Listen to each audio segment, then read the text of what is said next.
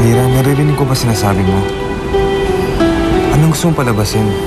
Mas gusto mo iyakap ng ibang tao kaysa sa nanay mo? Dennis, kaya nga naiinis ako sa sarili ko eh. Alam kong mali yun. Pero hindi ko naman alam kung bakit ganun. Eh, ako nga nagigilting ako kay inay eh. Alam mo, yung nararamdaman mo rin, wala yan eh. Wala yan, awa lang yan. Yung nararamdaman mo dahil sa yakap ng mamuksa na yan. Hindi pwedeng mas gusto mong iyakap niya dahil hindi naman yung nanay mo eh. Ibang tao yun.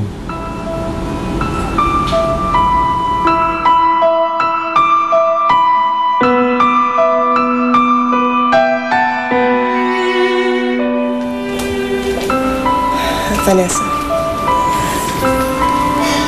I'm sorry kung nasaktan kita last night. I hope kalimutan na natin ang nangyari. Sorry din, Ma. Hindi ko naman sinasadya eh, nalasing lang po ako gabi. Ayokong magalit o magselos ka kay Lira. Dahil ikaw pa rin ang anak ko kahit anong mangyari. Malapit lang talaga ang loob ko sa kanya dahil naaalala ko sa kanyang kapatid mo. I understand, Ma. Hindi naman po ako galit kay Lira eh. Talagang lasing na lasing lang ako kagabi.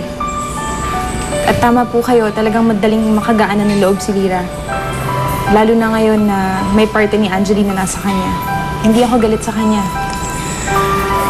Yun ang dahilan kaya magaan ang loob ko sa kanya. Dahil nasa kanya ang puso ng kapatid mo. And I'm glad you understand that.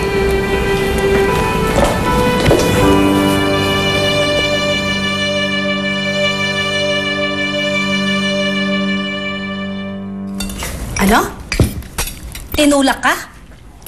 Hindi man lang ba naisip ng babaeng yun na pwedeng bumukay ang tahi sa dibdib mo? At lumuha ang puso mong bago? Nina nga, OA naman nun. Hindi! Yung Vanessa yung OA. Yung reaksyon niya ang OA. Abay, parang bata na inagawa ng lollipop. Manulak-bagan. Ninang, hindi ko naman siya masisisi kasi lasing siya kagabi. Saka iniisip niya na inaagaw ko sa kanya si Ma'am Roxanne. Ayun, nagseselos yun. Talaga? Talagang nagsiselos si Vanessa.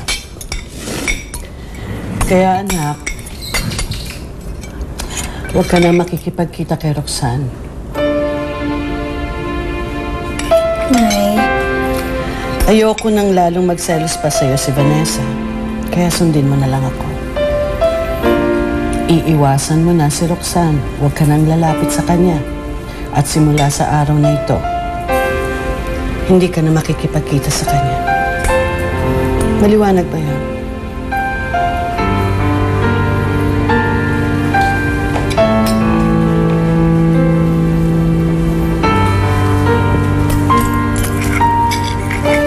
Kain na, Mas.